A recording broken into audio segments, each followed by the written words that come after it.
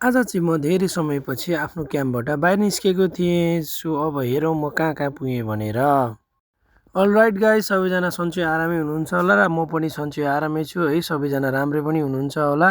र म चाहिँ आज धेरै समयपछि आफ्नो क्याम्पबाट बाहिर निस्केको थिएँ। आफ्नो क्याम्पबाट चाहिँ अब एकजना त्यहाँ दाइलाई भेट्न जानुपर्ने थियो, त्यही भएर खास चाहिँ निस्केको हो।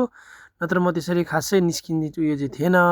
त्यसरी बाहिर निस्किने क्रममा चाहिँ अब अलिअलि अब सानो सानो मिनी भ्लगहरू बनाउने मेरो आदत बनिसक्यो नि त। त्यसैले म हजुरहरूलाई यो मिनी भ्लगबाट मार्फत हाम्रो क्याम्पको बारेमा बताउँदैछु। सो हाम्रो क्याम्पबाट निस्किसकेपछि चाहिँ पहिला सुरु यो बाटोको हालत चाहिँ यस्तो छ साथीहरू है। हामी दुबईमा भन्नु मात्रै हो, दुबईको चाहिँ हामी एउटा लेबर सिटी एरियामा बस्छौँ, जसमा चाहिँ वर्करहरू मात्रै बस्छ। अनि बाटोको हालत यस्तो खाल्टाङ खुल्टिङ छ। दाजुहरू उहाँ ड्युटीबाट आउनुभएको छ। अनि म जानुपर्ने चाहिँ फेरि उता पर हो कि गेट नम्बर 3 तिर जानुपर्ने थियो, अलि टाढै थियो। अनि म निस्किँदै थिएँ। निस्किँदै बाटोमा अरू साथीहरू पनि भेटियो। साथीहरू भनेको मतलब अरू अरू अरू अब ड्युटीबाट आउने मान्छेहरू भनौँ न, उहाँहरूलाई भेटियो। उहाँहरूलाई भेटिसकेपछि हामी अब अगाडि बढ्दैछौँ।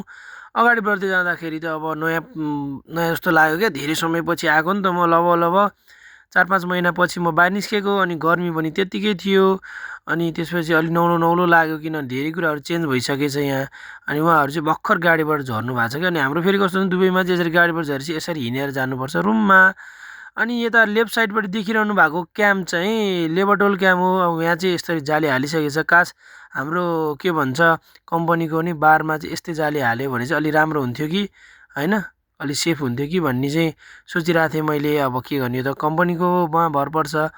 अनि हाम्रोतिर चाहिँ यस्तो ठुल्ठुलो बसमा जाने हो, बसमा आउने हो होइन। यति चाहिँ सुविधा दिन्छ कम्पनीहरूले, गाडीमा लैदिन्छ, गाडीमा ल्याइदिन्छ, काम गर्ने साइडमा जानुपर्छ।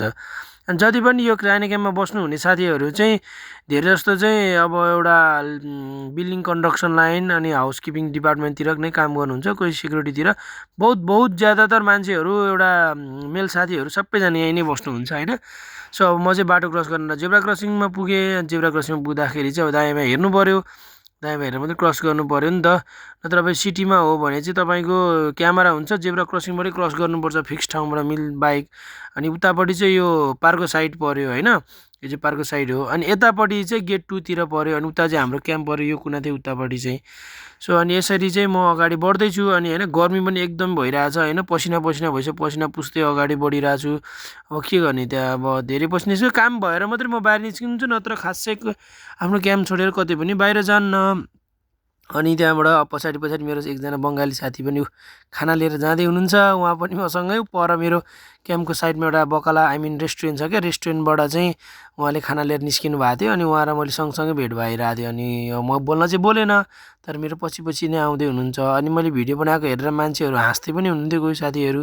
सो केही छैन, इट्स ओके होइन। अब यतापट्टि हाम्रो कालो साथीहरू पनि हुन्छ। उहाँहरूलाई नि मैले यता भेटेको थिएँ, एटिएममा देखिरहेको थिएँ, एटिएमको त्यो उयसमा साइडमा। अनि उहाँहरू पनि सँगै आउनु भइरहेको थियो, तर उहाँहरू कुन बाटो थाहा छैन, म अलग बाटो, उहाँहरू अलग बाटो हो। पसिना र यस्तो गाह्रो भइरहेछ नि त मलाई त, अब के गर्ने अब।